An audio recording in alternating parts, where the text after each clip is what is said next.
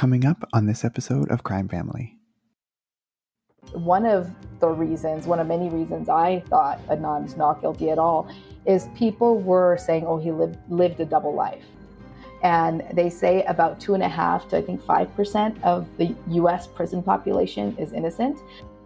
I think they told him something like, you already told us you did it through the result of the lie detector test. So now we just need to hear you say it out loud so that they could just have it, have the confession. Are there any resources available for prisoners once they get out of jail in terms of like rehabilitation or life skills assistance, and specifically any that are focused on those who have been wrongfully convicted? How do they come out eventually and then be so nice and forgiving and not bitter and not angry? And and in all three of those cases, all three of them have said that they're not angry and they're not bitter, and it's amazing to me.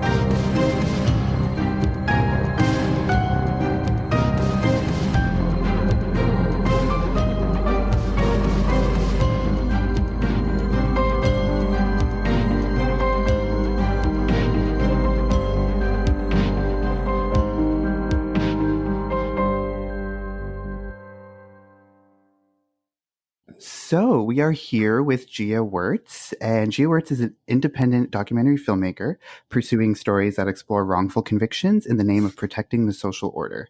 She's currently investigating the vagaries and inconsistencies of the American criminal justice system through the story of Jeffrey Deskovic and other exonerees who have had their freedom restored at the cost of irreparable damage to their minds, relationships, and families. Her debut documentary short, titled Conviction, premiered at the Greenwich International Film Festival and had great success on the festival circuit, with official selections at 12 festivals.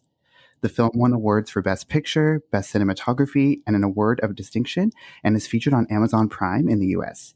She is currently in the final stages of post-production on the feature-length documentary of the same story. Jia is from Calgary, Alberta, and currently divides her time between Calgary and New York City with her husband and son. In addition, Jia is a featured writer for Forbes, has contributed to a number of business and fashion publications, and is the founder and fashion designer of Studio 15. So welcome, Jia Wertz. We're so happy to have you on the podcast. Thank you for having me on, guys. I'm so excited to talk to you. I just want to say, though, how the documentary was so good. Like, I watched it. I thought it was really, really well done. And I can't wait to watch like the full length feature of it. Oh, so I'm thank excited. you so much. I'm so glad you enjoyed it. Yeah, it's a quick 20-minute watch, but it's funny because I find it heartbreaking and heartwarming at the same time. Mm-hmm. Mm-hmm. Yeah. Yeah, it was really interesting. So thanks for letting us watch that, even though we're in Canada. Oh my God. Thank you for taking the time to watch it. Yeah, we all really enjoyed it. Yeah, it was really good. Yeah. Okay, so as AJ mentioned, you had a successful career in the fashion industry, or you still do, like more on the corporate side of things. And you started your own company, Studio 15, and you have a commerce/fashion column in Forbes magazine. So you had all that, and you decided to like completely jump to a new career. I know that you had mentioned in previous interviews that the story of Reuben Carter and his book, The 16th Round, was kind of your eye-opener to the reality of wrongful convictions. And you're also very familiar with the Adnan Syed case. And so cases like this are really fascinating to everyone who is interested in true crime, but not everyone decides to kind of take that drastic shift and start a new career as a result of kind of learning about these things. So can you talk a little bit about what made you make that jump from a corporate fashion career to a career committed to helping those who have been wrongfully convicted? Yeah, for sure. I think you're right. A lot of people don't do that, especially, at the age of 40, which is when I did it. But oddly enough, if you talk to Rabia Chowdhury, Adnan's friend, she'll tell you about hundreds of people who have written to her and she's talked to have changed their careers as a result of hearing Adnan's story. So I'm definitely not the only one, that's for sure.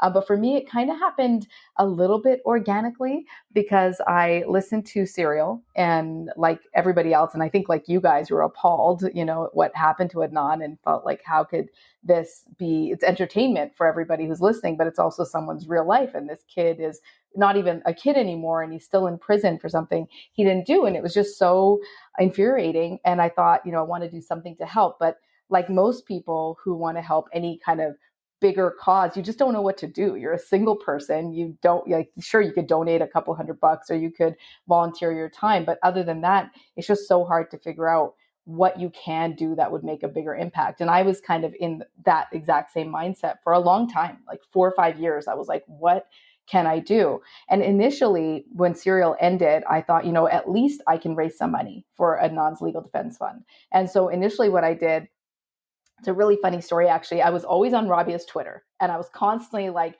what are the updates on Adnan? What is happening? And I didn't know Rabia at the time, and I would just tweet her all the time, like half the world was seemed to be doing, like, what's an update? How is Adnan? Have you talked to him? What's happening with his case? And I noticed after a little while that right after or before my tweets was another woman's tweets, and she was often asking the same things I was asking. And one time I noticed she wrote, I'm in New York, please let me know if there's anything I can do. And I had just written, I'm in New York, please let me know I'm not far, like if there's anything I can do. And I noticed that she wrote that, and I was like, wait a minute, she's in New York and I can't plan a fundraiser all by myself. And I wanted to plan a fundraiser. So I tweeted her, and her name was Marion. I tweeted her and said, I noticed that you're here too, and you had written to Rabia that you wanted to help. How about we get together and try and put our heads together and do something? And she told me after the fact, we met for coffee, and now she's one of my closest friends, which is so funny because we met on Twitter.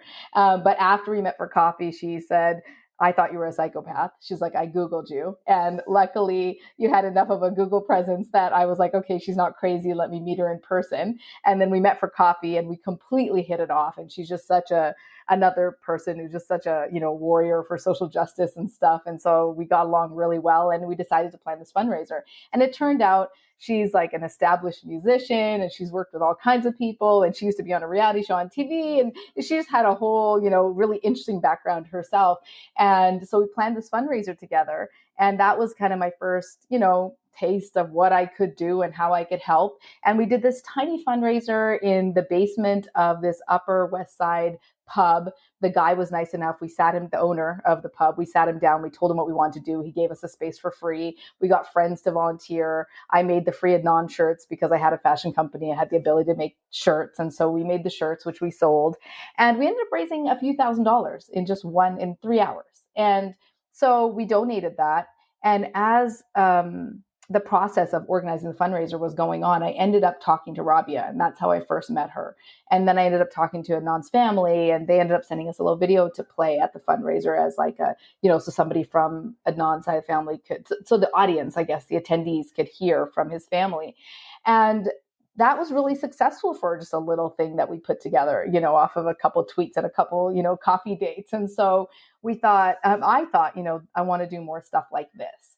And then as a result of meeting Adnan's family, fast forward a couple years later, I was at Adnan's post-conviction hearing. And at his post-conviction hearing, there was a film crew, and they were filming.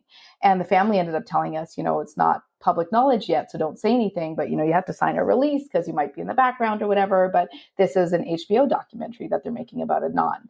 And, we all know now it was Amy Berg's, the case against Adnan Syed. And when I saw that, I was so naive, and I had zero experience in filmmaking, but I did have a 20-year background in photography. So I knew my way around a camera, and I loved being behind the camera. And I was like, I was like an HBO doc, and there's just these 3 people filming. And I was completely like out of my league. And I was like, I could do this. And I went home and promptly talked to my husband and enrolled in New York Film Academy to study documentary filmmaking, because I thought that would be the best way to reach a broader audience. And that's kind of how the ball got rolling initially.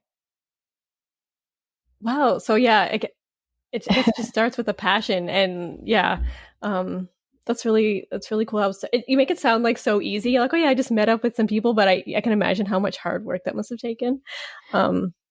It was a lot of work, but as you guys know, because yeah, by the way, I love that you're siblings that do this podcast together. Oh, This is thanks. like, I have two brothers, and this is like my dream scenario, what you guys are doing. But as you guys know, when you're super passionate about something, it doesn't feel like work, you know, you enjoy Right. it. Yeah. That's Yeah. awesome. Yeah, I love that story. So what was it about Jeff's case specifically that made you want to focus on him for your documentary? So I met Jeff. So Marion, who I did the fundraiser with for Adnan, she said She said we should have a speaker for our fundraiser, somebody who's an expert in wrongful convictions, because neither of us, have a legal background or anything of the such. And I said, sure, that's a great idea. And she was like, I met a guy at a party, and he has a really similar story to Adnan. And she said that he was also 16. He was a high school student. He was innocent, but he got wrongfully convicted of a murder of a classmate. So there was a lot of similarities. And right away, I said, yeah, absolutely, we should. And that's how I first met Jeff. He was the speaker at our fundraiser. And so when I ended up going to school a few years later, I reached out to Jeff only because he was the only person I personally knew that had been through something like this. I didn't know anybody else in my real life. And so he was the only person I thought of, and he was the first person I reached out to. And he said yes. And so we just started filming. Right away while I was at New York Film Academy still. Oh, wow. What was the experience of making this documentary like? Like, what was it like working with Jeff, someone who had personally gone through something like this? It was fascinating. It was very, very interesting. For me, the very first day that we were shooting at Jeff's house, the first official day, everything just felt perfect. I was like, this is where I'm meant to be. This is what I'm meant to be doing. It was exactly where I wanted to be and what I wanted to do. So it definitely felt great. There's lots of times where I was talking to Jeff, and you got to ask the tough questions, because those are the questions people want answered when they're watching a film. And there were times he got emotional, and I felt bad, for making him relive these things or putting him in a vulnerable position. But at the same time, I knew I had to ask the questions in order to get the right answers and the right information that we would have wanted in the film. The great thing about Jeff is I often joke that he talks about things that normal people wouldn't even be able to talk about. He talks about them like you just asked him what he ate for lunch. He's such an open book, and he will tell you almost anything and everything. And to me, in the beginning, it oddly felt like he could talk about these things in a very even keel, monotone way, almost removing emotion from it, which just from a psychological perspective and from like a human interest story, it was very, very fascinating to me. But Jeff, I often say, is just such a dream subject for a filmmaker, because he's so open. Like, there's nothing that he won't tell you. We talked about times when he was almost killed in prison. And, we talked about how he seriously contemplated suicide, and even tried, a couple of times, like attempted suicide a couple of times. And he's just very, very open. He's very dedicated to using his experience and his story to help other people.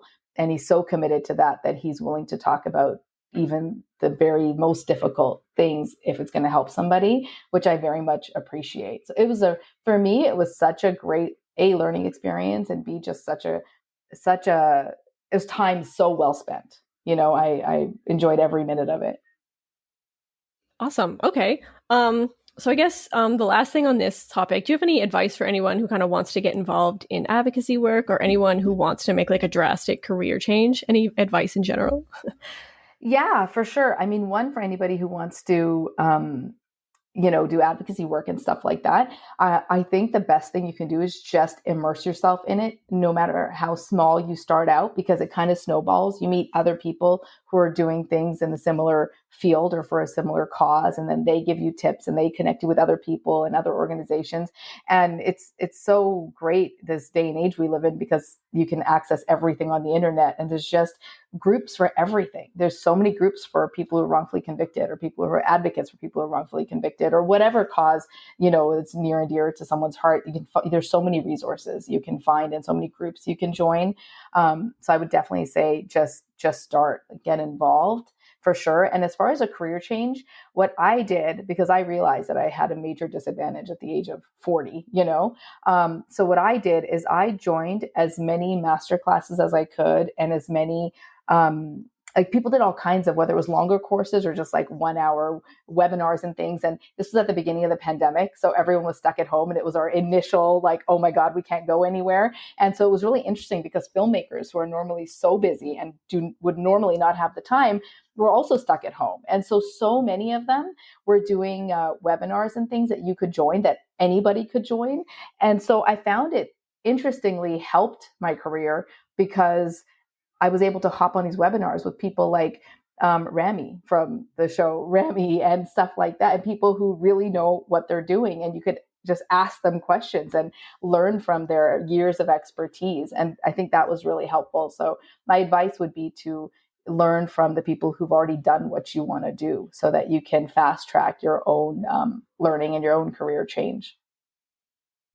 Okay, awesome. Yeah, I think that was kind of like us. We were always talking about true crime, and they were like, let's just start a podcast. And our first season was very much like us just kind of telling stories, but now we're like, we need to branch out. And so, yeah, here we are. So I guess, yeah, that's interesting. Yeah. It's so great because everything's so accessible nowadays, right? Like, I know, whether it be online classes or, people, and it's fantastic. Yeah. And there's like podcast, Facebook groups and things like that, like people that are willing to reach out and help. So yeah, makes it a lot easier than I think it used to be. Yes, exactly. Yeah. Okay. So like I had mentioned earlier, the story of Rubin Carter was your first exposure, or one of your first, to like the world of wrongful convictions. And I think everyone kind of has that one case that stands out as their very first like real hard hitting eye opener case. For me, it was like the Amanda Knox story. I think everyone's familiar with that, how she was arrested and convicted, and she had appeals. They were overturned. She was retried, reconvicted, and then finally got exonerated. But so her story was in the media so much as it was happening, and it just got so much attention around the world. So how important is media attention in wrongfully convicted cases, and how much of a difference does it make? I'm definitely not an expert in that, so I'm not sure, because obviously it can go both ways. As you mentioned with Amanda Knox, like trial by media is not a good thing for anybody because they don't really get a fair shake, as as Amanda obviously didn't. But I do think then there's the other side of it, like Making a Murder. There's just, the viewership was just so crazy, and then people got so hooked on his case that I think he got a lot more not only attention, but like now he's working with Kathleen Zellner. I mean, who else would you want to work with? She's just one of the best lawyers you could have if you've been wrongfully convicted. And I don't know that she would have been on that case had he not had this documentary, or these 2 documentary series made about him. And so I think it can really go both ways, right? I obviously think that media attention can really help your case if done right, which is why I chose to go into this genre and try and give people who've been wrongfully convicted a platform so that they can share their side of the story and have a voice, given back to them if they've been silenced through incarceration. But it could definitely go the other way as well. If in Amanda's case, you haven't had your trial yet, and then all of a sudden, the masses start believing you did something you didn't do, that can be really, really hurtful as well. Yeah. Would you think the negative media is like more prevalent than the positive, or would you say there's like it's even, or what have you seen? It's so funny because I think it's whatever world you put yourself in, right? Like people love negative, sensationalized stories. Like audiences love that. And so there is a lot of that put out there because obviously networks and whoever, advertisers, everybody can make money because they get more viewership that way, right? But then there's a flip side of it, like the documentary world, where most documentaries are usually, hopefully, reporting like the truth and the facts and trying to shed light on something that was either an injustice or something that went wrong. And so it's so funny. I feel like the people who are consuming that content can indulge in whichever direction they choose to. It's almost that like you can listen to Fox News and believe everything you hear there, or you can listen to CNN and believe everything you hear there. And it can be the same story that's spun 2 completely different ways. And it's just really up to each individual how they choose to, and what they choose to believe and how they choose to take it all in, Okay. Yeah. That's such a good point. I guess it's like you have to decide kind of for yourself where you want to be, I guess. Yeah. Like it's so funny because like Stephen Avery or Adnan, for example, you go online and if you believe they're guilty, you're going to find 10,000 sites and thousands of people that are on Reddit and everywhere talking about why they're guilty. And here's all the proof that they think they have, for their side of the story. And then there's the flip side where you're going to find hundreds and thousands of people that are going to be like, they're innocent. And this is why. And so it's just wherever you choose to put your attention, it's going to kind of solidify your beliefs, I think. You know what I mean? Yeah. And it's so interesting. You can watch a documentary that's very biased on one side and you can be convinced, but then you can go somewhere else and they're representing the other side and you're like, holy, like maybe not. So yeah, yes. It's really important to, definitely immerse both sides for any case, I think. Yeah. So that's definitely a really good point. And that's why I loved like the Undisclosed podcast that Rabia did, because it had so much just like basic like facts, right? So they focused so much on like what the actual facts of the case were. And of course they were like all lawyers, so they all had that experience as well. So I think, I don't know, I really like that because it's different than just going on a forum and seeing, a random person saying like, here's why he did it or whatever, right? But like when you listen to the Undisclosed podcast, like it's hard to dispute any of that stuff, right? Because it's all legitimate.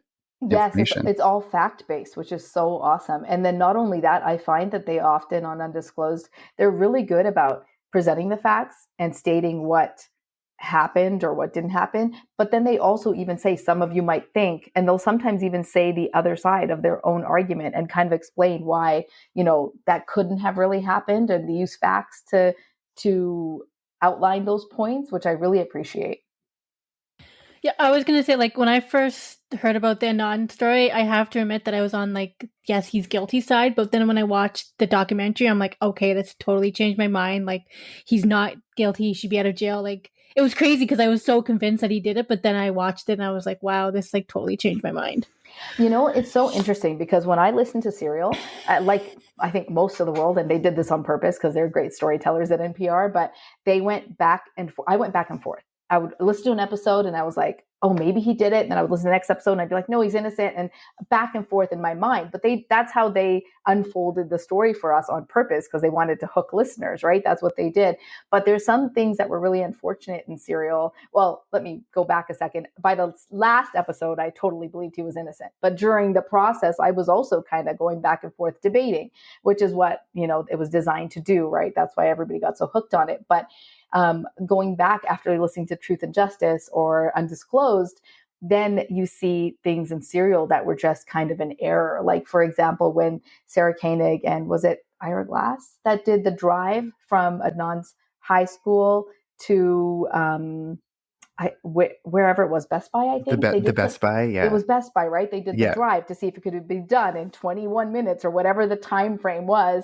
And they ended up saying, well, it could be done if it was like you left right on time and you did all this stuff. And that was I felt like that was kind of poor, reporting or journalism, because they had that whole thing about the school buses would be blocking the parking lot and the students couldn't leave in their cars till the buses left. And anyone who's ever been to school knows that buses can't leave in 2 minutes. There's no chance the buses are pulling out in 2 minutes. And they just kind of minus that out of their equation and said, well, if the buses were gone right away, then it was totally doable in this amount of time. And I feel like what should have been said is, with the buses, even on a conservative, mathematical equation, let's say they took 6 minutes to leave and that's the fastest they could have ever left, then he couldn't have made that drive. So there were things in Serial that I felt like just weren't said the way they should have been said if they were really focused on accuracy rather than trying to hook people into a good story. And that's like my only criticism of Serial, is that they were more focused on hooking people on a good story than really, really paying attention to all the facts. So were those kind of things like purposeful, like they did that to kind of make it a little bit more interesting, or were they really like believed it? I don't know, but it's hard for me to believe that they're smart. They're really smart people. It's hard for me to believe that they would just be like, oh, but if the bus is just left right away, like, just, it's not possible. Anyone who's been to school knows it's not possible. When I was sitting, I had a similar feeling. And of course, Sarah Koenig's super talented and she's great. I'm not comparing her to this horrible lawyer that I'm about to mention. But when we were at the post-conviction hearing, the prosecutor kept saying things like, oh, but you lied and said you were to Asia McLean, the alibi witness for Adnan. She kept saying, oh, but you guys lied and said you were at the school library, but really you were at the public library. And the public library is in the same parking lot as the school. And all the students refer to this library as the school library, which he very well knew. He's from the same city, and it was like, it was being spun a different way. And it's like the facts were kind of being left out just to make his point, which it's things like that that really bother me, because it's like, well, that's not really accurate. And you're just saying it this way because you're trying to win. And that shouldn't be the goal in any case. I mean, this is obviously Serial is just a podcast, but when you're in court, the goal shouldn't be to win. The goal should be to find the truth. And so like those things really bother me. And that one thing similarly bothered me in Serial. A couple things like that actually bothered me. And, you were saying that you thought he was guilty after you watched it. For me, it was really interesting because one of many reasons I thought Adnan's not guilty at all is people were saying, oh, he lived a double life, because at home, he was like, he went to the mosque and he was this good kid and whatever. And then at school, he was smoking weed and, whatever. And he might've stolen some money from like the donation jar at his mosque and stuff like that. And as someone who's also Pakistani and South Asian listening to this, and who was also moved to Canada with, immigrant parents, I was like, if you think living a double life makes him a murderer, then everyone I know from my community is a murderer, because like we all lived this double life. We all went to school, what was majority Caucasian, and we were the only brown kids there, and we wanted to fit in, and we drank and we did drugs and we did all that stuff. And then we, wore tank tops and whatever, went home and made sure we had our sweaters on and weren't showing any skin and had no alcohol in the house and would sneak out at night. And that didn't make us bad people. We were just children trying to fit in, and we were dropped into a whole different culture and a whole different society, and we wanted to fit in. And I feel like Adnan wasn't given that benefit of the doubt in the podcast, and instead that was used to paint him as like, oh, he had this double life, which wasn't the case at all. If you talk to any South Asian person who moved here with their parents, we all lived that life. That doesn't make you a bad person. You're just trying to find your way and fit in.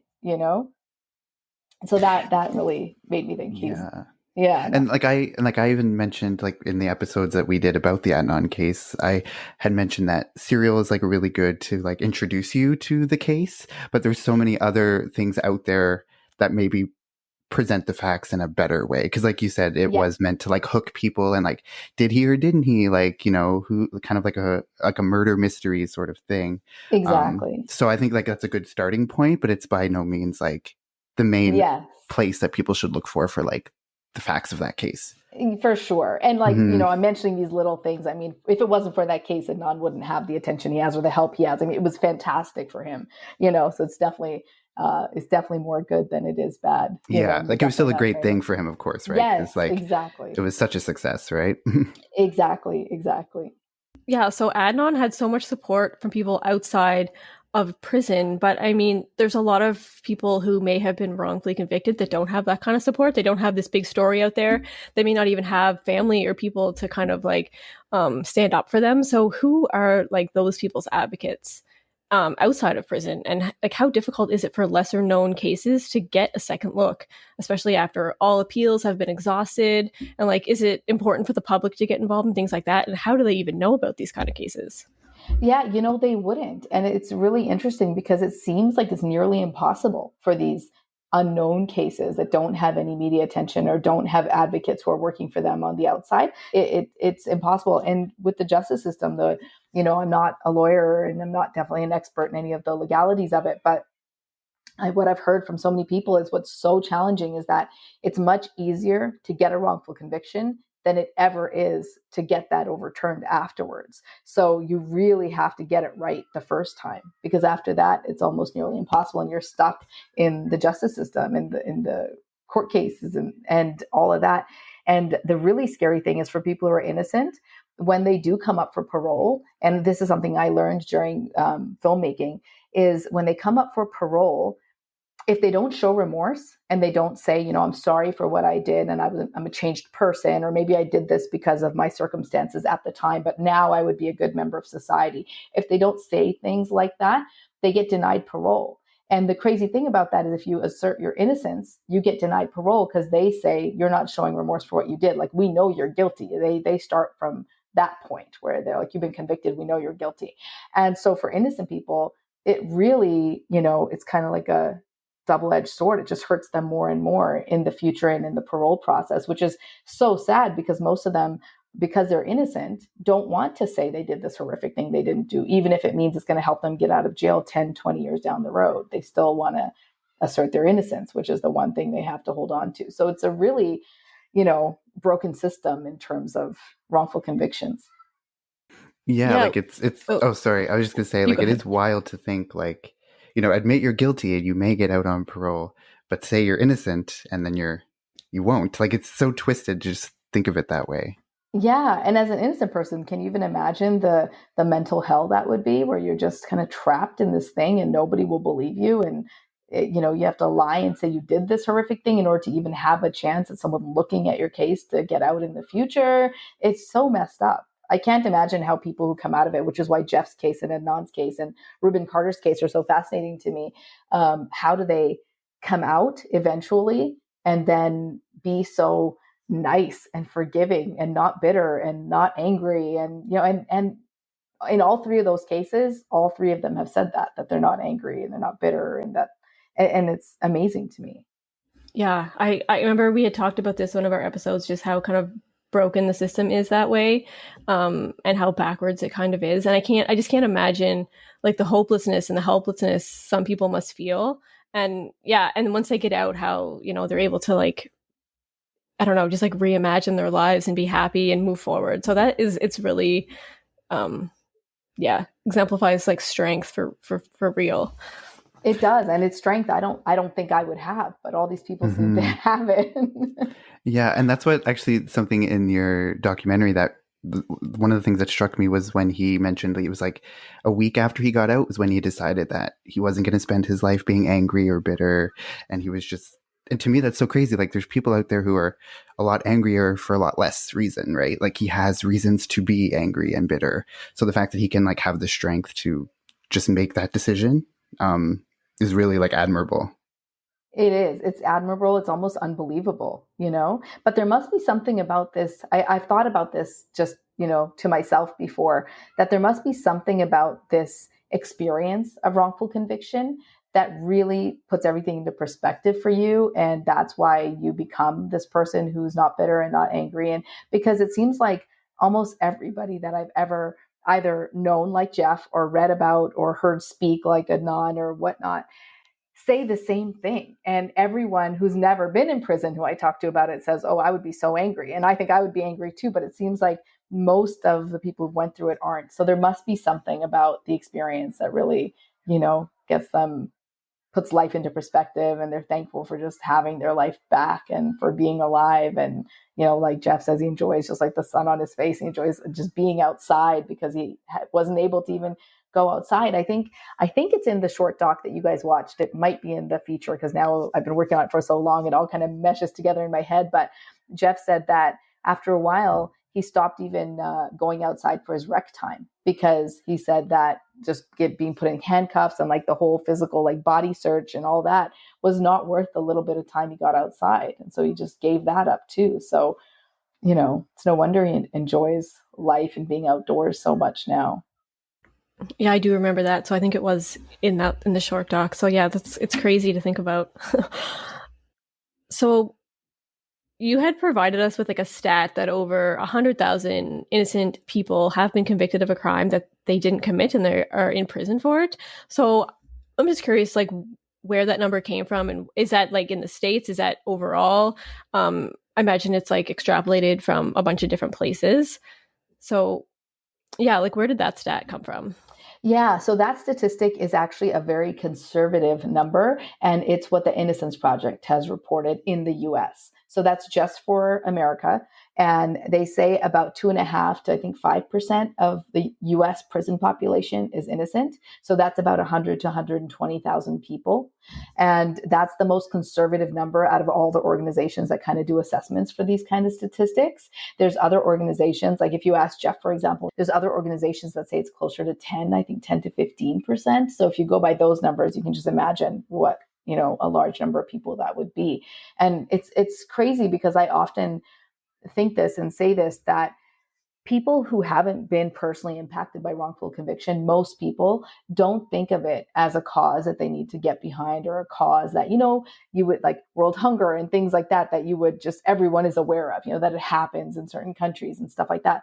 Wrongful convictions, I don't think, is on most people's radar unless they've been personally impacted or they've been affected by, watching a movie or listening to a podcast, and they get really, behind a cause. And it's crazy to think that, let's say it's 100,000 people, let's say it's triple that, like other organizations say it's 300,000 people, that many people being wrongfully convicted and in prison impacts not only those people, but their entire families, and then any of their friends and their, wives, children, spouses. It's a lot of people that would be impacted by just this 2 to 5% who are wrongfully convicted, if it's even that low. And I think it's a really important cause to get behind. And that's why I love doing these films, because I think it raises awareness, just an average person who may not think of this as being a big problem in any country, Canada, the States, or anywhere else. Wow. Yeah, that's really interesting. And so that would just be like the number of people who have maybe like written to the Innocence Project. There could be others who maybe think they have no hope and haven't even asked for help at all. So that, right, there still could be like a lot on that side maybe as well. It could be a much higher number for sure. Yeah. So do you know anything about like the patterns in the demographics for those who are wrongfully convicted? And like, is there a disproportionate bias toward any specific demographic? There is. I think it's African American men. I think, I don't have the statistic in front of me, and we'll have to Google it. So yeah, while you're looking that up, like you said, it was African American men. So, I mean, with that's probably like systematic racism probably has a lot to do with that. But would you say like interpersonal or like personal racism has a lot to do with that as well? Like, I mean, people that are, like lower income or immigrants and stuff kind of have less resources. So they would be a kind of a target for that kind of thing. So what would you say are the factors behind that? I'm definitely not an expert in this area, so I don't want to speak to something that I wouldn't, be the best person to answer these questions. But definitely people who have less means and less income really get railroaded by the system. Like, for example, just what I know about Jeff's case, his mom was a single mom. She had another son who was younger than Jeff. And so when Jeff got into this whole mess, it was very hard for her because she couldn't afford a lawyer. And so he got a court-appointed lawyer, and that lawyer did not do a good job at all. Ended up, I think, leaving the case early on, and they got another court-appointed lawyer, and the lawyer just wasn't good. And that, of course, impacted the result of Jeff's case, a court case. And then look what he had to go through because of it. Had they had the means and the money to hire a top lawyer, maybe Jeff wouldn't have spent any time in prison. There was DNA evidence to show his innocence. But if he had had a lawyer who was competent enough to, use the evidence to show Jeff's innocence, then he might not even have gone through this. And that happens to a lot of people, who don't have the money to put up a good defense for themselves. I was going to say, like, I find it really frustrating, like, when you don't have money for a lawyer and then they give you one, but they give you like the bare minimum lawyer. They don't give you like the best lawyer they can have. I find that really frustrating for people who like, oh, it's because you can't afford one, we're just going to give you whoever out there. Yes. It really makes me angry. Like, why not give them the better chance like everybody else? Why give them like a shitty lawyer because they don't have money? Why put them through that? I find it so frustrating. Yeah, like they're already starting behind the, just from the very beginning with the lawyer that they're given, right? Yeah. That's just my little rant. I always find it frustrating. Like for people who just don't have that money, they just be like, okay, well, you're already behind. You don't have enough money for whatever, so we're just gonna give you whoever out there. Yeah, It's just so annoying. It is. It's terrible. There's so many things in the system, the justice system, that could be corrected. Oh, and the statistic I was talking about earlier, it's this: it's innocent Black people are 7 times more likely to be wrongfully convicted of murder than innocent white people. And I mean, 7 times, and it's like 700% greater chance. It's I thought it was 5, so I'm glad I looked it up because it's actually 7. And it's terrible. Yeah, it really is. Yeah, so I guess like racism came up a little bit in Adnan's case, for both Adnan and Jay, I guess. Like, so Jay's situation, he was interrogated by white police. He was a Black teenager, and they kind of threatened him with, we could transfer this case to the next county, and there's the death penalty there. So I think that came up as well. And how is Jay's situation and like confession similar to Jeff's confession that ultimately led to his conviction? Like, are there patterns in these two cases, and patterns like in general that come up in false confessions? There are. Again, I'm not an expert in this, so I would, I don't want to misspeak to any of this, but there's a couple of things that I've learned through the filmmaking process, actually, which have been really interesting. One is when police or detectives are interviewing people and the person they're interviewing doesn't have any more facts or information than what the police already had. That's a really good sign that the person is not the right person. They're only reiterating what you've already, like what the cops have already told them, and they're reiterating it in their own words or, slightly differently, but there's no new facts in what they're saying. And that was definitely the case for Jay, because Jay didn't know anything. He was just saying what the cops told him to say. And in Jeff's case, it's very different because, of course, they were coercing a false confession out of Jeff. They were manipulating Jay to say what they wanted so they could pin it on Adnan. So it's slightly different. But in Jeff's case, they fed Jeff a lot of details. They actually almost groomed Jeff for a couple of months. They took Jeff around to the crime scene. They told him all kinds of details about the case so that he would have this information. And they did it over time. And he was only 16, 16, you're not smart enough to navigate these things. And the day that they got the false confession out of Jeff, they didn't tell anyone where they were taking him. He didn't have a lawyer present. His mom didn't know where he was. They didn't take him to the normal police station. They took him out of county to somewhere he'd never been before. They took him early morning, and he had no food. They interrogated him for 7 hours, 7.5 hours, I believe. And they fed him coffee the whole day. Jeff said he had never had coffee in his life. So it was his first time. And he said he was really jittery, which that's what happens when I drink coffee because I'm not a coffee drinker. And so he said he had no food. He was starving. He was scared. These cops that had pretended to be his friends for the last 2 months, because I guess the cops had said, you can help us solve this case because you know the kids at school and, you knew Angela who was murdered. And so they kind of painted this picture that Jeff could be like this, detective, like helping out the big guys kind of thing. And Jeff's dream back then was to be a cop. So he said he was really taken by this because he was like, oh, it's an opportunity to work with real police officers, and so he went with them, not knowing that they were really just grooming him to pin it on him. And then that day, after 7.5 hours, they said, just tell us what we want to hear. Like, tell us that you did it and we'll let you go home. And he said that after all that time, he just broke down and he thought they'll really take him home. And so they just said what he wanted them to say. In Jay's case, it was very different because they told Jay, like, we could pin this on you pretty much, but you're going to tell us what we want you to tell us about Adnan, and then you're going to get off. And then Jay had a laundry list of other offenses, and they think they helped him get off on all those charges as well. He had I think he's had assault on a police officer and all kinds of other major things that he's never done any time for because he has some kind of deal, I think, going on. And so Jay did it for his own benefit, right? Whereas Jeff was very different because he was a kid that was just being kind of railroaded by these detectives. Is that considered police misconduct now? Is that like a normal thing they could do? Or was that like, no, we probably shouldn't do that anymore? Yeah, I mean, it's a thing that happens often, unfortunately. Definitely, they shouldn't do it. I know that in some states, and I don't know which ones off the top of my head, but just very recently, some states passed laws where the police aren't allowed to lie to the person that they're interviewing in order to get them to say stuff.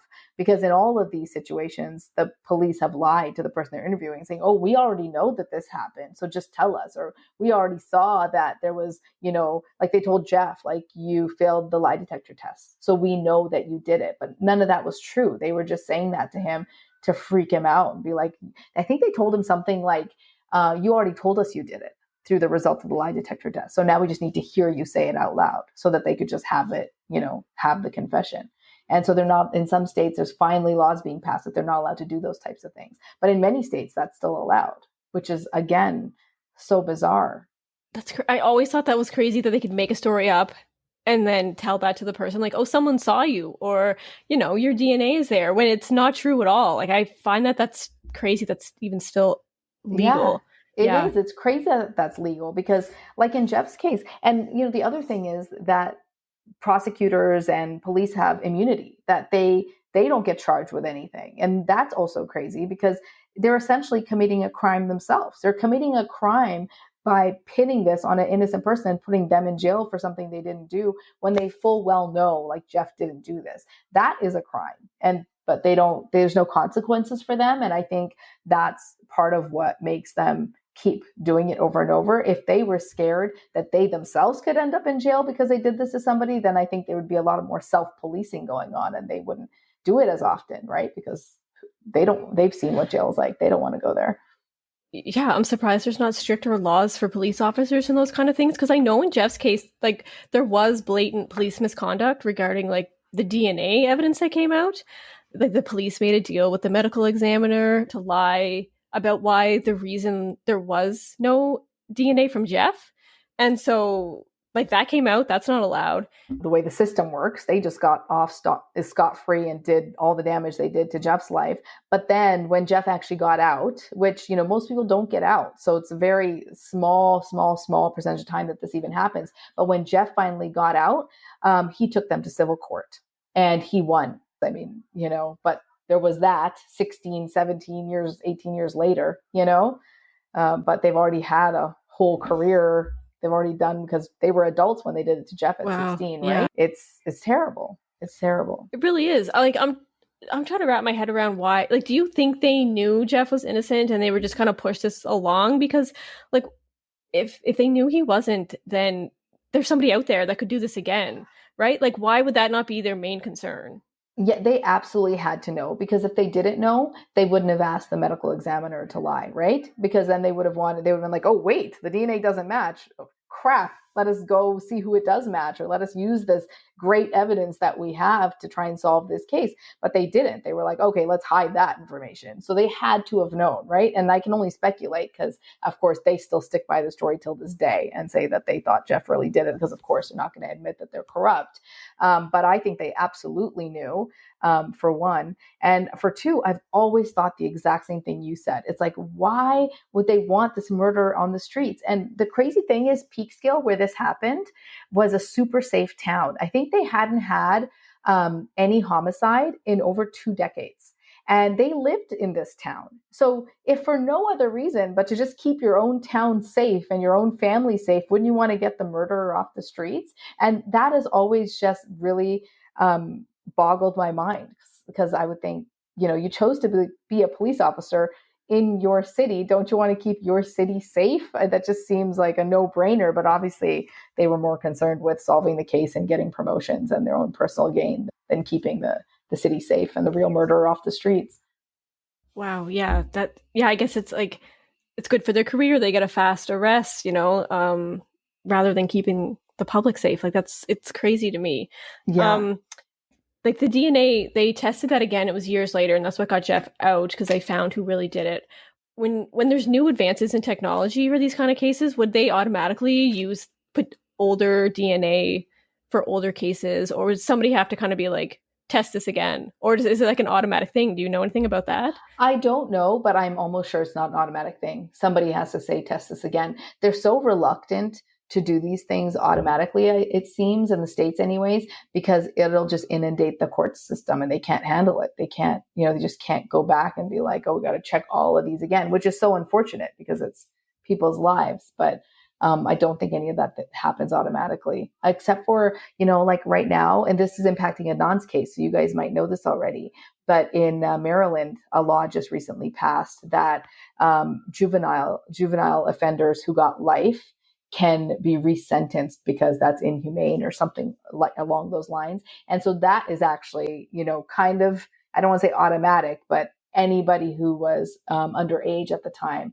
of their conviction can now request this and, get back in the court system. So, but again, I think it has to be initialized by the person who was convicted. They won't just automatically do it for everybody. Oh, okay. I think. Yeah. So, and Jeff was tried as an adult, even though I think he's 16 in New York. You're considered an adult in the court system. I think I was watching another thing with Jeff, and I think he'd mentioned 16 or 17, you're considered an adult. Oh, okay. But like, how to make that determination between, we're going to try you as an adult, or we're just going to try you as a kid? I don't know. Where's that line?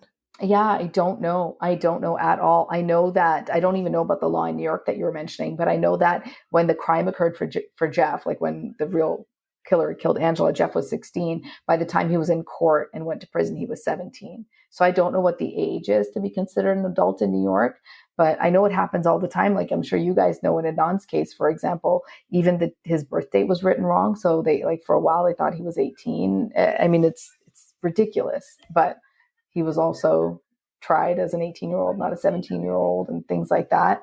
So unfortunate. Wow. So yeah, I think we're almost wrapped up here with our last questions. We're right on time too. Are there any resources available for prisoners once they get out of jail in terms of like rehabilitation or life skills assistance, and specifically any that are focused on those who have been wrongfully convicted? There isn't. And that's one of the really challenging things. People get out of prison, especially people who are innocent, and they're so looking forward to the life they've been wanting, which is to be out of prison. And then they get out and they don't have money. They don't have a place to live. They don't have anywhere to go. For a lot of them, they've lost contact with all their friends and sometimes even family because they're in there for so long, and it becomes so difficult to stay in touch and to visit them. And you got to go through the whole process of getting into a prison, which, is not fun at all, I'm sure. And then in a lot of cases, the prisoners are moved around from prison to prison to prison. And so sometimes they're moved to others, hours and hours away outside of their cities. And so family members can't always visit. So a lot of them lose contact with even family. And then when they get out of prison, they have nothing, which is in a lot of cases why they end up, back to a life of crime, or not even back to a life of crime, sometimes just a new life of crime, or sometimes homeless or what have you, because there are no resources, unfortunately, for most people. It's almost like getting out of prison is half the battle. And then once you're out, another whole other battle starts. And yes, you're exactly right. Yeah. Yeah. Yeah, because I guess you wouldn't have any, especially in Jeff's case, like you go when you're 17, you don't ever really have any like work experience, you don't have college, you don't have like that communication skills that you would have. So yeah, I can't imagine how tough that would be. It's really unfortunate. Jeff said he was like literally on the verge of becoming homeless, except for then he got into a college that gave him a scholarship, I think, and they ended up giving him very, very inexpensive dorm room to stay in. Otherwise, he said he was about to be homeless himself. Wow. Yeah. Jeff's story is so amazing. Yeah, it's a remarkable story for sure. I just had one, I guess probably the final question, but is there anything you can tell us about like the feature length documentary? Like what other things you'll be exploring in the future? Yeah. So as you guys know, when you watch the short documentary, it really focused on Jeff's reintegration into society. And really the one main question I was trying to answer is, what is it like for an innocent person to re-enter society after they get out of prison? And how did that impact his, future life, everything that happened after he was released? The feature length doc is, an hour and a half long, and it goes much deeper into how this happened, why this happened, how do people give false confessions when, they are admitting to something they didn't do, and the psychology behind that. And I got to talk to some really great experts and people from the Innocence Project about this, and it was fascinating. We talked to the lawyers who actually got Jeff out, who work at the Innocence Project. And so we get to hear about what that process was like for them and for Jeff, like both sides, what the Innocence Project was doing while Jeff was still in prison, and what his first day out was like. And then we go into detail about the DNA and why it wasn't allowed to be tested, because Jeff had been asking for years for it to be tested, and he was denied every time. And at the time, the Westchester DA was Janine Pirro, and she denied Jeff's DNA testing over and over again. If it had been tested the first time he asked, I think Jeff would have saved a good 5 years off of his prison time. But so we go into that, like when there's DNA available, why does the justice system not allow these people to have it tested? And why is there even an opportunity for someone to say no? Like why shouldn't it just automatically be tested? So it just goes a lot deeper into not only Jeff's personal life, but the justice system and how this happened and why this happened, why this occurs. Wow. Is that going to be available in Canada? It's so funny that you asked that. I would love for it all to be available in Canada. And this is such a longer conversation, but Canada it's been such a weird thing for me being Canadian, living in the States. Canada has these Canadian broadcast laws. And I fall like in this weird loophole where they're not considering me Canadian as far as the content I create goes, because I've lived in the States. But yet I'm not American. I don't have American citizenship. I'm only Canadian. And so I fall into this weird place where they don't consider my content Canadian. Wow, that's interesting. Yes. So I've had a hard time getting broadcasted here, which I'm still working on. So I hope to have both the short and the feature broadcasted in Canada, if and when I can get that done. Yeah, and sorry, I know I said the other one was the final question, but I did just want to ask this. Oh, that's okay. One final. I guess if there was like one overarching like message from the documentary or from Jeffrey's story that you could just kind of like, what is like the overall message you would just say? Oh God, there's so many. I guess Jeff's story in particular. I guess there's two things. For me, on a personal level, the whole reason I started making this documentary and told Jeff's story is because I wanted to help people like Adnan, people who are in Adnan's position. And so my personal goal is to help people who are currently incarcerated wrongfully and help tell their stories, or in any way that I can assist them, even if it's just giving them a platform to tell their side of the story. That's really what I want to do. And that's the message I want to convey is those people's message, and see how like the public and other people can help them.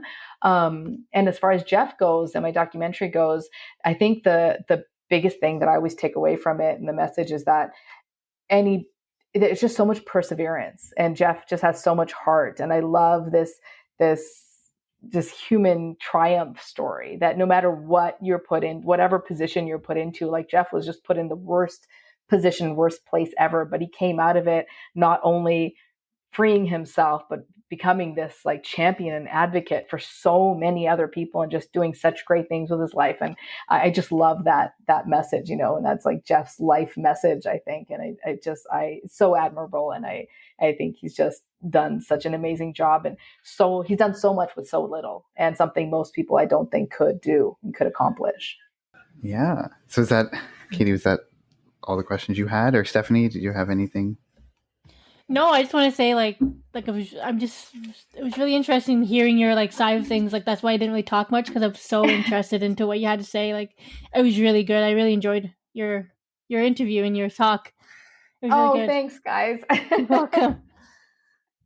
Yeah, thanks so much. Good luck with everything. We look forward to seeing what else you do. Oh yeah, for sure. And I'll definitely share it with you guys. Okay. Even before it broadcasts, I can share it with you guys. Oh, awesome. Yes, okay. absolutely. Yes. And yeah, sorry I didn't have too many of I never want to present myself as an expert in this because I'm not. So I didn't know a lot of the facts and stuff that you're asking. I wish I did. So I hope I didn't let you down there.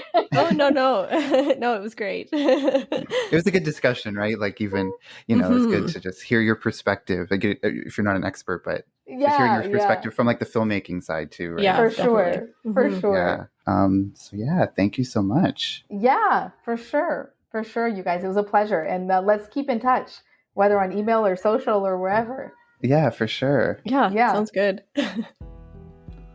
So a very special thank you to our guest, Jia Wertz. Thank you so much for taking the time out of your busy schedule to come and chat with us on our podcast. So you can follow Jia on Instagram at JiaDocs. You can also visit her website at jiawertz.com to get some more information on the film and check out some of the other stuff that she's doing. And if you're in the US, you can watch Conviction, the short documentary that we referenced in this episode. It is on Amazon Prime in the US, and hopefully it will be distributed in Canada soon. And you can look out for the full-length feature of the same story coming out later in the year. Thank you so much for listening in on our 3-part premiere episode. We really hope you enjoyed listening. We hope that you learned something about this case, and we are very excited that we were able to interview two very key people in this story and in the telling of this story, and we're very excited about that. And we have so much more coming up for you this season on Crime Family, so look forward to other guests in the future, and we're going to have some really good conversations, and we're going to tackle some really interesting topics and some really intriguing cases in the coming weeks. So once again, thank you so much for listening for this 3-parter. We hope you enjoyed it. And as always, you can follow us on Instagram at Crime Family Podcast. We're on Twitter at Crime Family Pod 1. And we do have Facebook as well. You can follow us, our Facebook page at Crime Family Podcast. And we do have a Gmail account. So you can, if you have any case suggestions or some feedback for us, definitely send us an email at crimefamilypodcast@gmail.com. Thank you so much for all of your support over the first season and over the hiatus, and we hope that support continues as we continue to cover interesting cases and bring you some good content. So thank you so much. Take care, and we'll see you next week.